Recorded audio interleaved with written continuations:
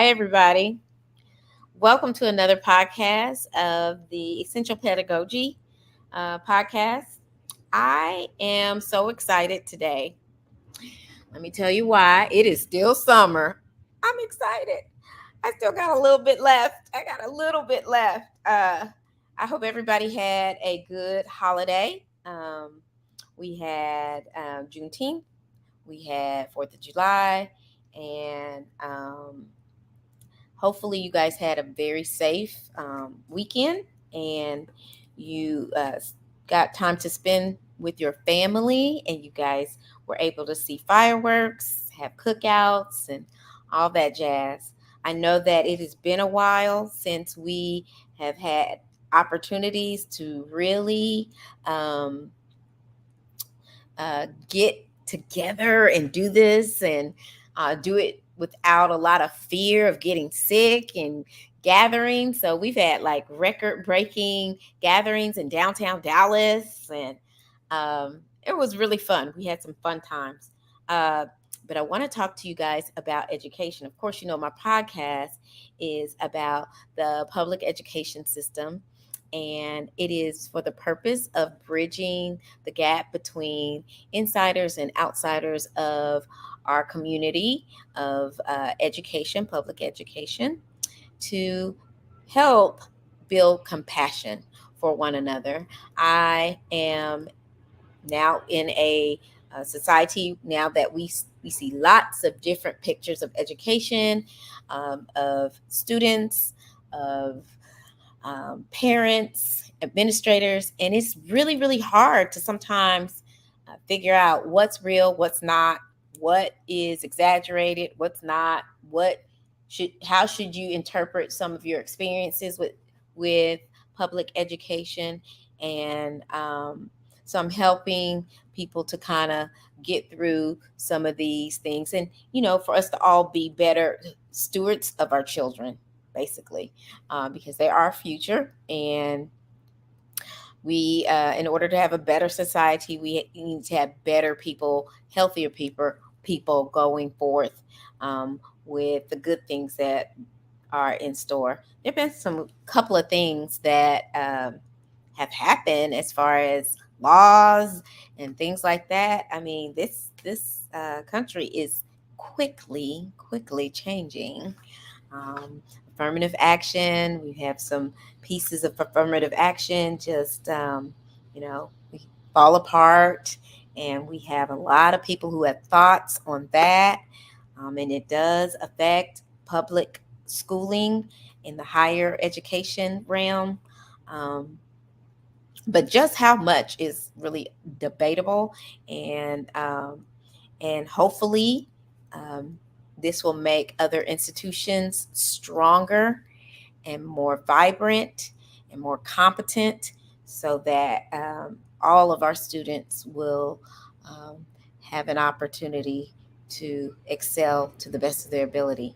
Of course, we know affirmative action was repealed, and we're going to talk about some of these things going forward. But I have a guest, and he's ready to speak to you guys about finances and education. I was just asked a question about finances and education, about how teacher retirement works, and all of that. We're going to pivot from that because we've talked about that before on this podcast, and we're going to talk about some other things. I have a guest. His name is Lewis Collins, and I am so happy that he is on the show and want to talk to him about his experience. We're going to start with how long he's been in education, his role in education, and some of the experiences he has experienced in education, and what his thoughts are on finances and the navigation of how finances work with public schools. So without further ado, Mr. Collins, are you ready? Yes, I'm ready. Thank you so much. Can you hear me? I can. Okay, great. Thank So you for one of the things, thank oh you for being yeah, on the definitely. show. Mm-hmm. one of the things that I just kind of a little bit about myself. I've been doing education for about 19, starting 20 years in the classroom, and then also just finished first year as an admin assistant principal. The goal is to continue to climb the ladder, but grew up in the inner city, Dallas. I'm from Dallas. I've only taught in Dallas ISD, physical education and health, as well as a little science and so forth. Um, Passionate about kids. I was an athlete, played sports, and thought that would be my meal ticket out to be successful in life, and quickly realized it's very competitive. And normally as an athlete, you kind of go about it and you really hone in on that sport, but you forget about your academics. And as I got into college, that quickly changed, understanding that football wouldn't be the path for my success. So I'm very passionate about that, understanding where I came from. Um, very of a family that was less fortunate, didn't have much, on welfare, and the struggle was there, and not wanting to have to go through that in life. And I always tell people, if your parents or if you have $1 million waiting on you, education is probably the next best thing. It's not the only thing, but it's probably going to be the next best thing that's going to help someone, be successful in life and be able to really take care of themselves. So we're talking about that's a little bit about me, but we talk about finance, and just giving that little backstory about how I began to really take education seriously. It changed because I understood that we're already at a lesser cause. We're not equal. The playing field is not equal. Growing up in the inner city, growing up in Oak Cliff, South Dallas, the facilities, the employees, even the athletic facilities and things like that, materials, classrooms, the technology. None of that is on the same playing field when you look at some northern schools or some private schools. And so, what most inner city schools have begun to do is write grants, request more money, and things of that sort. But on average, when we was growing up, each student got about $8,000 uh, for them to attend the school. So if you was attending the public school, that student would get $8,000. Of course, that went to the school district from the state, and of course, that money comes from our national government. Which that's why it's so important that we vote, and that we're looking at the people in politics, people who are willing to give more money in education because it's needed. But each student get about 8,000. I think now it's about 10, probably 13,000 now. But that money is allocated for maintenance, for principal, for teachers, cafeteria workers, for food. So all that money goes to the school from the district, but it's allocated. But imagine $13,000 for the whole year. A student is paying or receiving 13,000 for the school year. Where if you was to take a kid to private school, some of the cheaper private school would cost them about 20,000 a semester, 22 a semester. So most private schools are running people even 40 to 60,000, some more a semester. How can a student compete if a student is paying almost 40,000 for education, where someone in the Dallas area is only receiving about 13,000 for education? So the playing field is not equal, and that's why the government stepped up in some sense, where they begin to allocate money. If a school district didn't use all their funds, then they would take that fund and give it to another school who still needed money. That was part of the No Child Left Behind when George Bush was in office back then. And so that's how a lot of schools were able to see more funds. And again, you have people on the team doing grant writing and so forth. But when a parent and when students understand that you're already at a loss, which means that we have some very intelligent kids, but we may not have the equipment and the technology or the staff to meet those needs of those kids. Well, how do they compete against somebody that's at St. Mark's or Green Hill School? Yeah. So they're We already won't, fighting the uphill battle.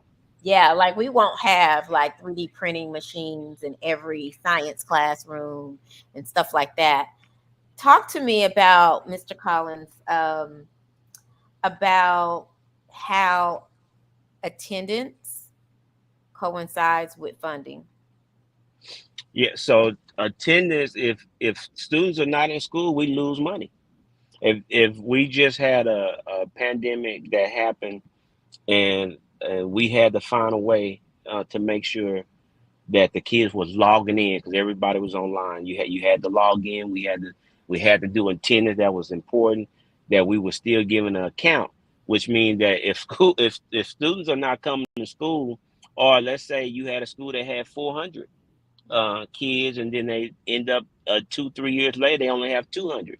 Well, then you cut staffing. Yeah, staffing is being cut. Resources are being cut. The funding is not going to be there to support those 200. So So everything, the numbers goes down. yeah, so okay, so parents don't always understand that when your child doesn't come to school, it it doesn't just always impact that current lesson day, that day of Right, lesson, but when you are chronically absent, that affects funding so that we can get resources for them to have a rich education overall, right? right. Mhm. Right, and that starts at the district level. So the district have people that are running those numbers, running those projections. How many students are planning to attend the school next year? What are the neighborhood numbers?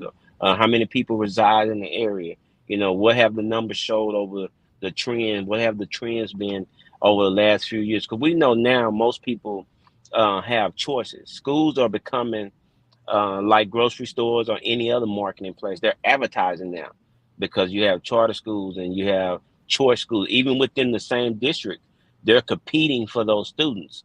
A student could live in one area and go across town to another school, where back then we didn't do that. You have to live in that zone in order to attend school. Mhm. So imagine if a kid is not even attending school and they're not coming.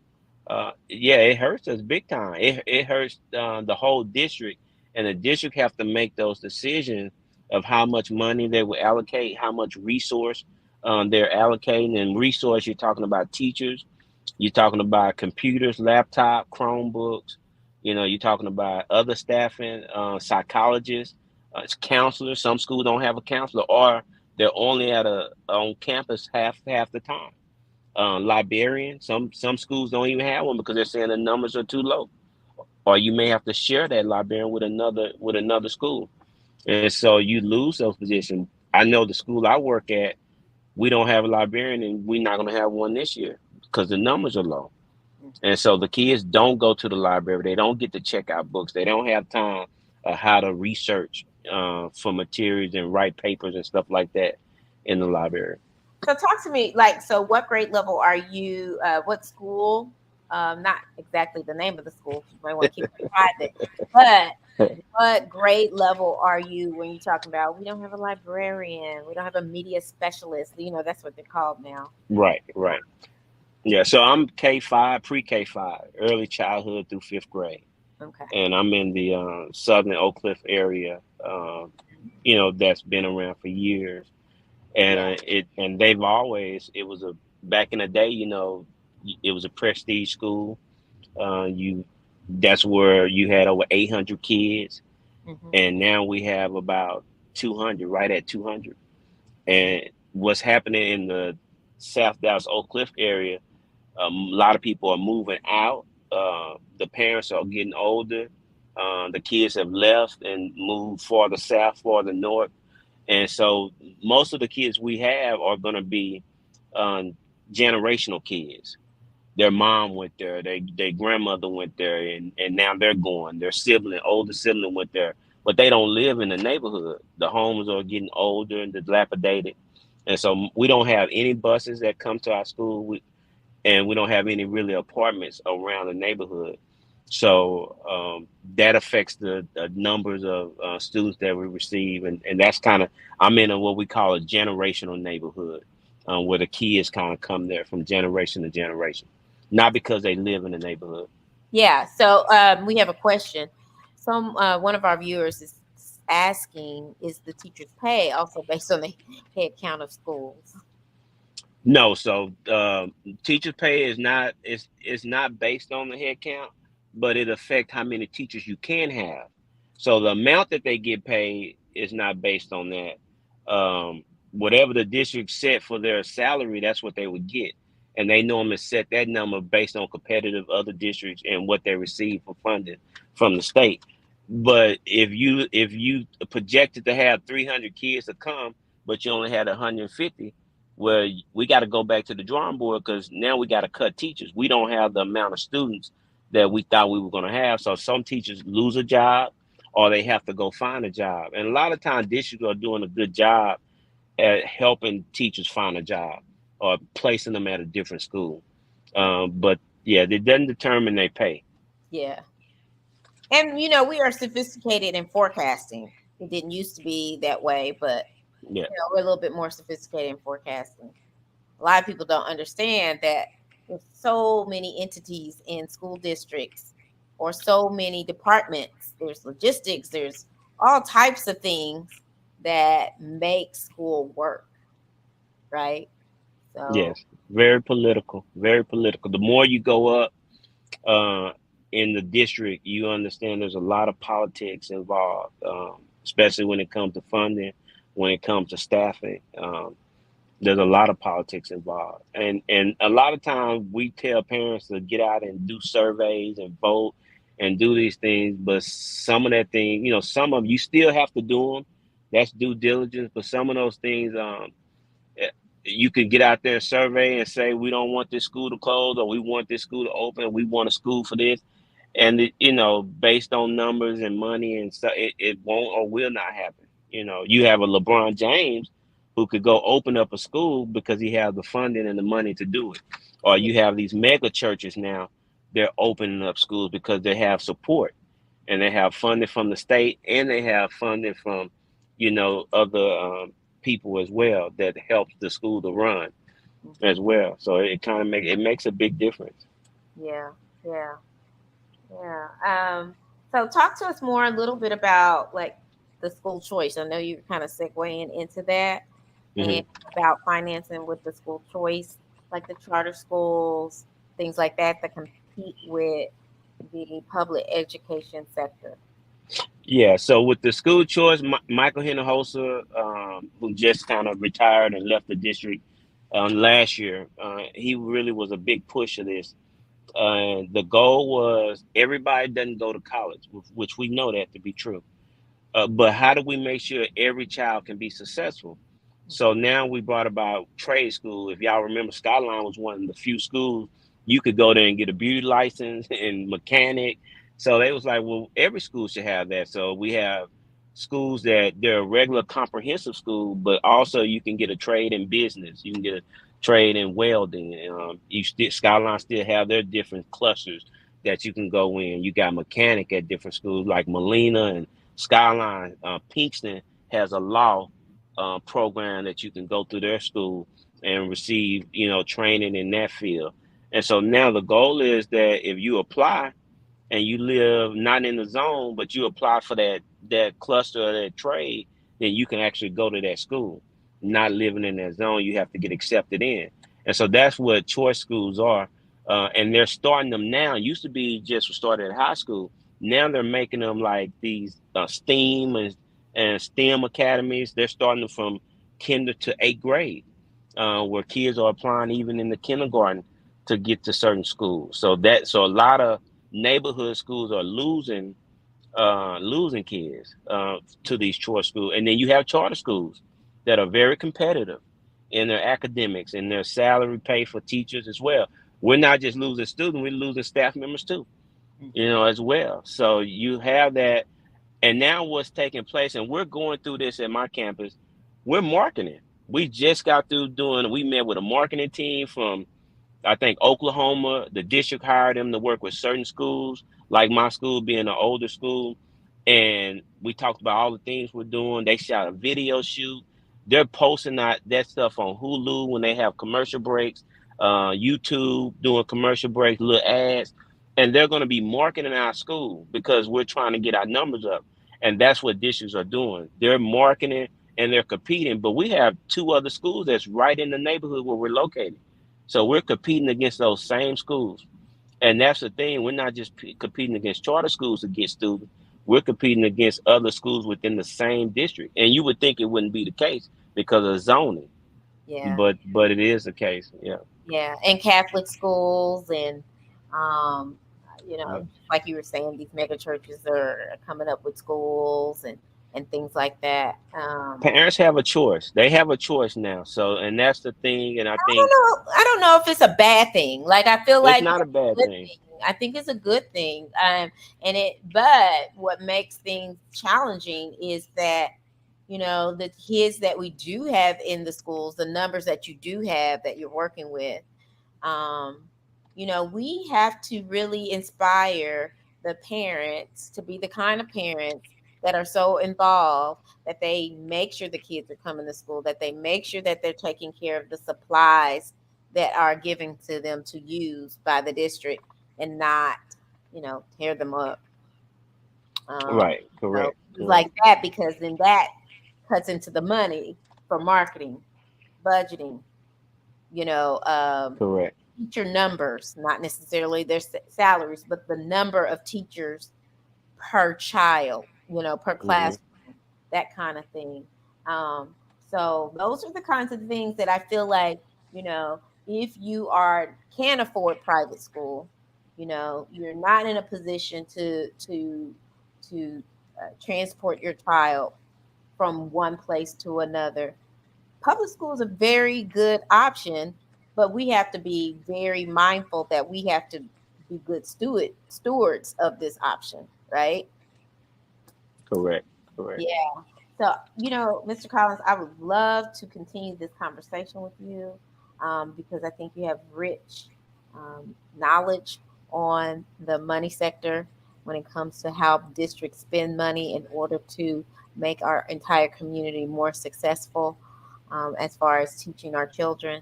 So I'd like for you to come back at some point. We have this podcast, same bat time, same bat place, first and third Thursdays. Um, Yeah. That shocked me when I heard that the first time. Mm. yeah, Well, we I'm delighted to be okay. here, and I'm more than welcome to be back and continue the conversation. It's a lot. It's a lot of information. It's a lot that we don't know that we need to just become knowledgeable and more intelligent on, so we can make wise decisions, and so we can help our Yeah, communities. It yeah. helps our communities. And I feel like parents need to be aware. They need to know exactly what's going on, how money is spent, how we handle things, how we try to enrich children the best way we can, so that they can be mindful in how to run their households in order to complement our, mutual goals. Our Mm. all of our goals is Mhm. to have a better society, and I truly believe that. But a lot of times, people do not understand how their personal actions Well, yeah. impact the greater good and the greater picture, right? So, Right, and education is one of the few areas in society where we blow money. And what I mean by that, if you took a class in college and the professor counseled class, then we're excited. We're excited, like wow! But we pay tuition for college; it's not free. Why am I excited that the professor counseled class? I missed the day, and it's the same thing, and it starts public in education and lower education, yeah, yeah, yeah, it starts there, and kids are wasting that knowledge that where they're supposed to be taught, and they're supposed to be taught to thrive and learn, but they rather have a phone day or a free day. And if the teacher's giving them that, then that's a cool teacher. Well, they're robbing them.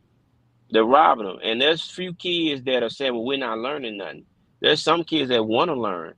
And when they're pushing that and when they're coming to school, and that's important, then you're getting your money's worth.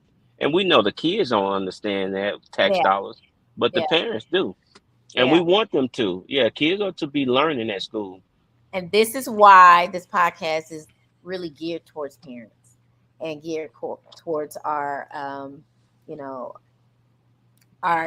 society, our adult society, so we can understand what they can do to help and be compassionate to what we're trying to do, and us be compassionate to what they're trying to do. and how they're trying to survive. So I thank you so much for being on the show. I appreciate your time. We'll have to go talk offline so that we can figure out another date so that you can follow this up and we can have some more talking points. Okay. I appreciate it. Thank you. Thank you. Bye. Bye bye.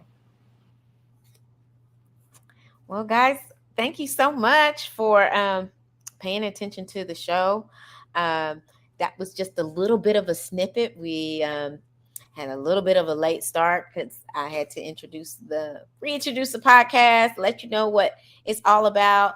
We always have new listeners, new watchers. So I just wanted to make it restate pedagogy. It is the science of teaching, the science and art of teaching, and that's the reason why our podcast is named the um, the um, the Essential Pedagogy Podcast. I came up with the essential part because during the pandemic, we talked about we talked about the essential jobs. We who knew that bus drivers and people in the grocery stores and things like that they were essential, and I it was a eye opener that they felt like teachers and education was that essential because I felt like not a lot of people even think about the education system as really being needed. It's just something that we notice around that it's part of our routine. It's how people have place to put their kids while they work. But essential, that was a big word for me. And I was like, oh, so we're essential. Okay. All right. So if we're essential, then I feel like we need to have a roundtable and conversation around that. How we're essential, where your tax dollars are going, why we need to have better attitudes around education and especially public education, because the majority of our workers in society come from public education. And so we just need more rallying around public education and how we're going to make this world a better place to live. Not that it's horrible, it's not overly oppressive, but it can certainly slip into that if we're not very careful and we don't cultivate what we have and value what we have. So I just have this podcast out here so that we can come together and come up with some solutions. Talk to me about, reach out to me and tell me some of the things that you just wonder. Or if you didn't wonder something, but from the podcast, listening to what we've talked about, what did it spur in your mind about, the things that, how money is handled in the school districts and how things are provided for your children and how we execute things in education. So, like to talk to you guys about more things about what you might be interested in education. Um, so I appreciate that. I've been just really trying to get my mind wrapped around getting back into that classroom and helping students and also tutoring because I do that also. Time and attention tutoring is another one of my projects that I do where I help place teachers with struggling students, for parents. Um, don't have a lot of ways like I don't have a YouTube channel for time and attention tutoring, but I do have a way on Facebook. If you search for me, time and sign and attention tutoring, it is on Facebook, and you can communicate with me on that. So just looking forward to the fall and serving our students and making this place a better place. Hi, how you doing? So just wanted to tell you guys I cannot wait until next time. Hopefully we can get Mr. Collins on next time. If not, then I can get to some of your questions that you might have. And until next time, This is Essential Pedagogy. Thank you so much for listening.